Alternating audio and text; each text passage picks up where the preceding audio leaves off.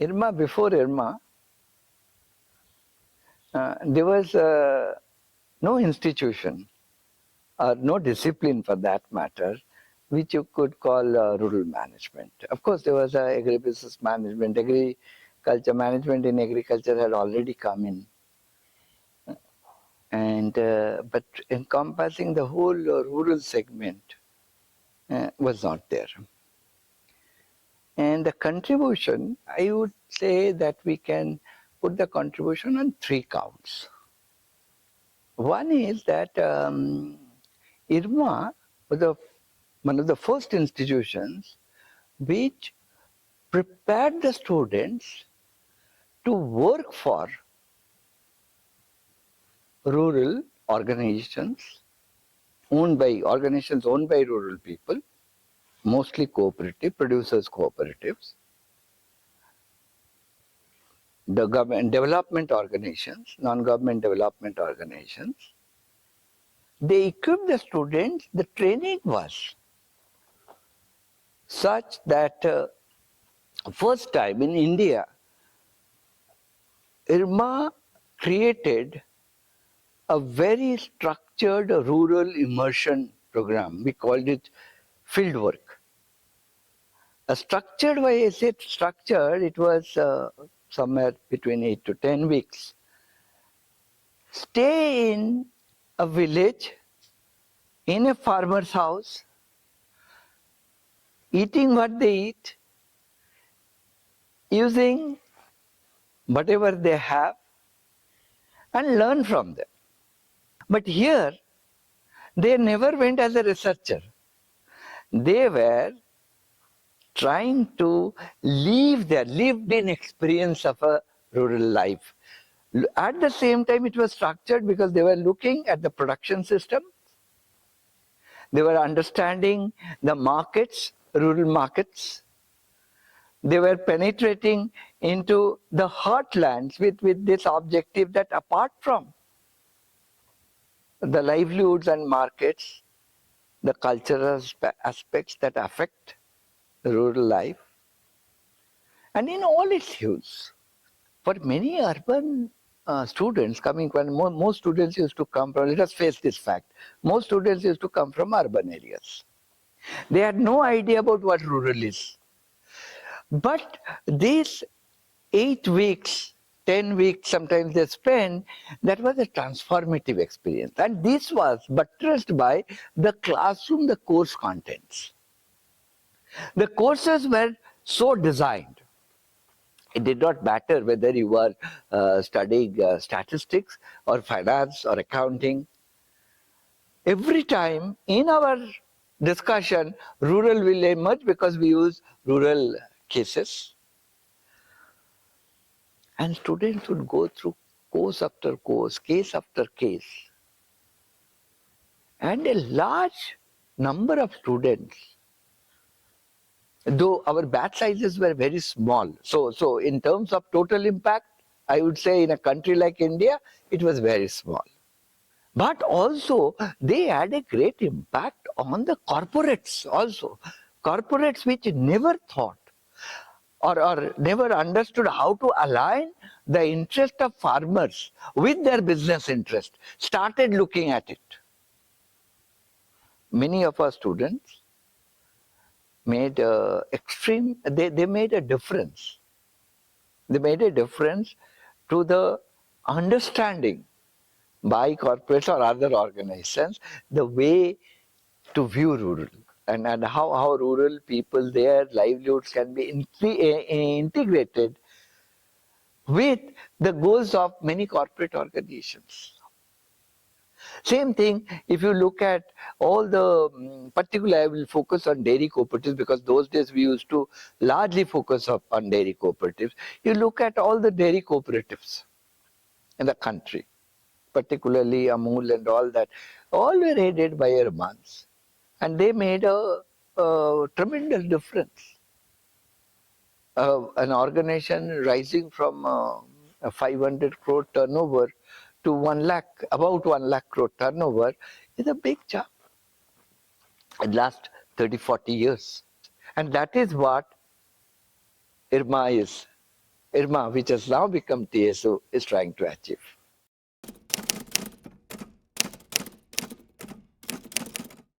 IRMA had a very specific focus, rural, of course, rural, and within rural, because our affinity with dairy cooperatives. In fact, IRMA started to provide human resources for technical managerial resources, particular managerial resources for dairy cooperatives in the country. That is the origin. Today, IRMA's transformation as TSU has made the picture very big. Now, TSU has a much bigger canvas to play with. The whole cooperative sector, which ranges not only from dairy to agriculture cooperative, fisheries, and every day. For example, now we have a taxi cooperatives, and every day new forms of cooperatives are coming up, and both in urban and rural. That's another challenge that has come, and I think TSU is very well equipped to deal with it. And the scope is growing larger by the day. Slowly, we are making inroads into many other, for example, sugar cooperatives, banking, rural banking, cooperative banking and finance. It's a huge fit. The whole find a cooperative, when we started, someone said, why you have cooperative banking and finance? I said, cooperative banking is only part of the story. There will be cooperative insurance for people, not only working, but because we can help newer forms of cooperatives. And all these cooperatives, not only cooperatives, but other organizations which are supporting the cooperative ecosystem. For example, we are talking about startups, innovation and startups in which will support the cooperative ecosystem. Because in today's world, cooperatives need to leverage modern technology, including AI. AI will be one of the major engine for growth in the cooperative sector. And because of that, we need specialized organizations. And we cannot have certain types of work cannot be done directly by cooperatives, but cooperatives require those services. So for that, what we call is a ecosystem for cooperative in future. And that ecosystem, we are also looking and trying to work towards building that ecosystem for effective cooperatives in future. For example, there is a cooperative card which our Honorable Minister just few days back inaugurated. Now that is going to be a big business, and that will be a game changer. All of us know that. So therefore, fisheries is, I'm sure it is going to be one of the biggest of its processing and exports, because we are largely looking at exports market of this. Large number of agribusiness processing cooperatives that help. One is, of course, when we procure, processing, marketing, creating brands. Now agribusiness cooperatives, there will be large number of agribusiness cooperatives. Particularly now we are looking at the horticulture sector, because whenever one has to understand this, the perishability. Now why dairy succeeded in most places, dairy cooperatives? Because of the nature of the commodity that it was dealing with. Dairy cooperatives succeeded because of very high perishability. Farmers cannot retain it. Same logic applies for fisheries. It's a highly perishable commodity. And there is we know that there is a huge demand for the services in this sector, and maybe cooperatives, and there are already functioning, just it needs to be professionalized, their working needs to be professionalized, and that's why We need human resources in this sector. When I talk about professionalization, I'm also talking about changing of mindsets of managers, those leaders, everyone, that it has to be professionalized, it has to be big. You will have to go for modern technology, adopt technology, and leverage technology for further future growth.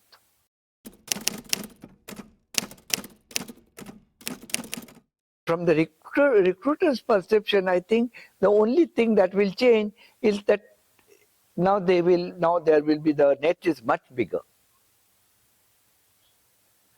And what is the big, look at it, that we were catering to the dairy cooperatives, some agribusiness organizations, and the technology ecosystem that is needed for effective management of cooperatives. So all this we were doing. Now, once we have become TSU, the types of recruiters, they will not change. The only thing is that the numbers will grow. Suppose we had some 30 organizations, 40 organizations, now it will be 100 organizations. Because we have all federations and everyone wants to professionalize. In fact, there are almost 18, 19 national federations, more are yet to come. And within each national federation, there are many organizations. So the canvas is becoming bigger and bigger every time. Second, another thing, it is not just about cooperatives. As I said already, it is about the cooperative ecosystem. For example, the fintechs. There are other technology service providers who are needed for effective management of cooperatives. TSU, as an institution of national importance, would also like to participate in the whole process of the development of those. The students can go there, our faculty will conduct research. In fact, we have courses already in the existing programs on AI and development, use of AI in cooperatives. So those are not only AI, of course AI is much high, but apart from AI, there are other traditional services, technology services that are required, high-end services that are required.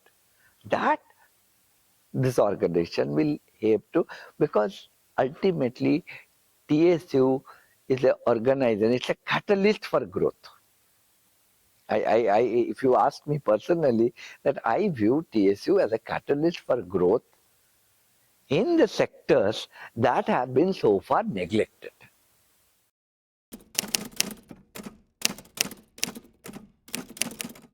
Okay, the first thing will be that you are, if anyone who is thinking of applying to TSU, that you are getting into a world of opportunities.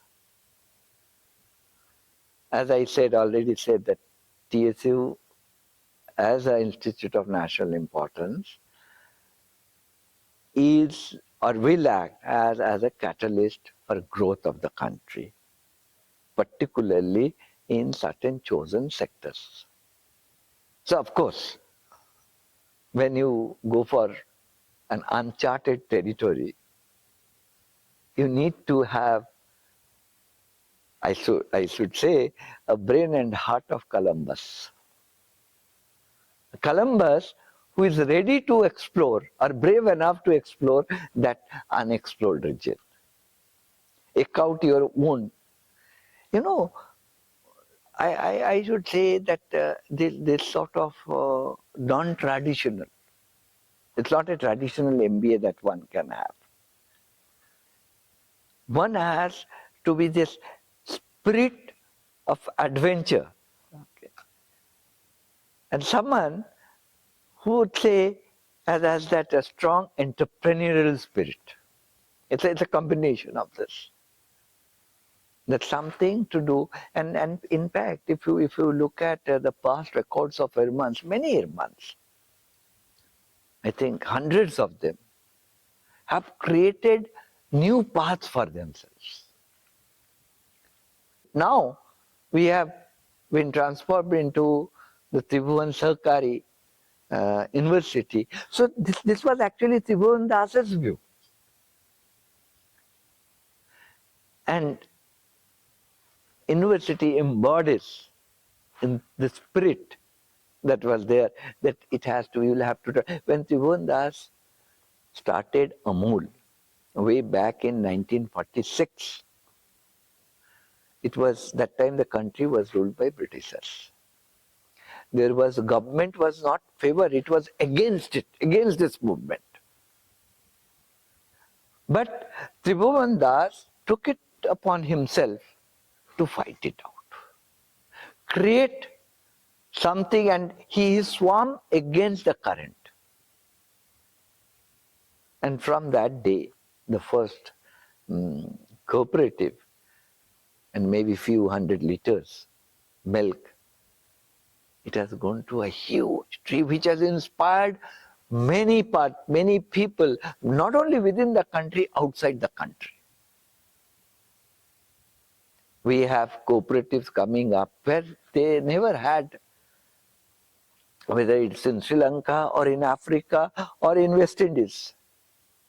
So and they were inspired by what Tribhuvan Das did, because someone dared to travel, the rest traveled. And I should also emphasize, this distinction, yes, rural, urban, but rural, urban is a continuum. It's about people.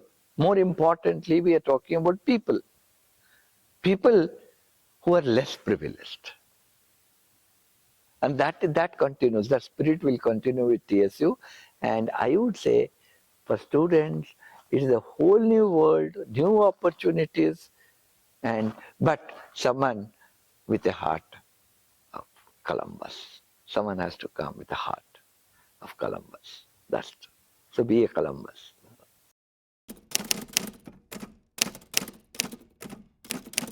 When I joined IRMA, of course, I was much younger, 33 years back, as a young man, and IRMA was in its first decade, just completed the first decade. And in fact, just before I joined, a few months before that, I think, a decadal review was done and it was submitted, the report. So first thing, the induction, faculty induction coordinator gave me was the induction report. Said, you go through the decadal report. He said that you go through the decadal report, then you will understand what IRMA is and what it is not. And it was very inspiring. But I think most inspiring was my first, those days. Now, whenever faculty used to join, they would have an interview with the chairman. So I was, Professor Tushar Shah took me to the chairman's office in the NDDB. Those days, chairman used to sit in NDDB. He was also chairman of NDDB. And Professor Tushar Shah told me that we share the chairman, the NDDB. And when I met him, he did not ask many questions, few questions he asked, but he was talking about, he was basically, that's the time my induction started. He was talking about his philosophy. And he was talking about, which I still, that why cooperatives are so important organization in the country. Of course, I remember he asked me why you want to join. But his ideas of why cooperatives are so important for development of a nation which is struggling. And he talked about our dependency on foreign aid and dependency for food and how we have overcome all this And cooperatives has been a major engine for such. The two realizations were there, and I should say this. We had a lot of internal debates, and that IRMA has to be, one thing was that IRMA has to be impactful. It has to have an impact on the society. We are having impact, but that is very limited. We need to also grow in size. Those days, between 60 to 90 students we take. Then we thought that maybe we'll expand, then 120 students. And then we said, and many people, that was a part of a debate, that, okay, there are many organizations which may not be cooperative, they may not be so-called rural organizations, but they help the rural sector. They are also contributing to the growth of rural sector, farmers' income, etc. To give you an example, say ITC Agrotech or Britannia, all of them were working. So the idea was that there are, or many banks, for example, ICICI, just giving, or SBI, or any other bank, which were directly contributing to the growth of rural sector. They may not be in the cooperative field. Why IRMA cannot participate in this journey? Why IRMAs cannot participate? But we understood that this is an area where IRMA can start working with corporates for their social responsibility projects. So CSR also entered that course of time. So slowly the canvas started becoming bigger. Then we thought of that there are other, say for example, input service providers. Input providers, not only input service, input providers to the rural sector, that they may be corporate, maybe a fertilizer company, maybe in the corporate sector. So we started working with them. So therefore, one has to have a much bigger canvas. Rural sector always, and this is what we held that time, and then continue to expand on those lines. And let me tell you this, that rural sectors or cooperatives, they don't exist in isolation. They have a symbiotic relationship with many other organizations, whether it is pure banking, finance, inputs providers, all those organizations. So there is a symbiotic relationship. And we'll have to understand those touch points where we can leverage those relationships for the upliftment of the cooperative sector. So there was I should say, the major change, I should say, came sometime around 2007. In fact, incidentally, 2008, I was the placement, those days we used to call coordinator, now chair, placement chair. And I thought that the changes will have to come. So I prepared a proposal, presented it to the chairman. He took it to board. It got an approval. So we had that year itself, we had a special committee which will look into or invite newer forms of organizations. And I think that spirit continued ever since. That spirit continued, and IRMA started growing. And however, much later, I think by end of 12, 13, I think we went for a much higher number of seats, 240, which was 240, 180 to 240, and then slowly we started growing, and where the canvas became much bigger. And today what we are envisaging in the coming years to come, we thinking that canvas will be much bigger. And another thing, important change, that TSU, Tribhuvan Sahkari University has got a huge new campus, will be having a huge new campus, which the construction will start maybe in few months' time. And it is going to be a beautiful, very green, 125-acre campus. The architect has designed a huge, nice layout, and we are all waiting very eagerly for the construction to start. And once it is done, we will have a much bigger infrastructure to cater to the growing needs. And we are also thankful to the Ministry of Cooperation and Government of India for transforming Institute of Rural Management into Tribhuvan Sahkari University, and it's going to be a next big thing in the development of cooperatives in the country. Thank you.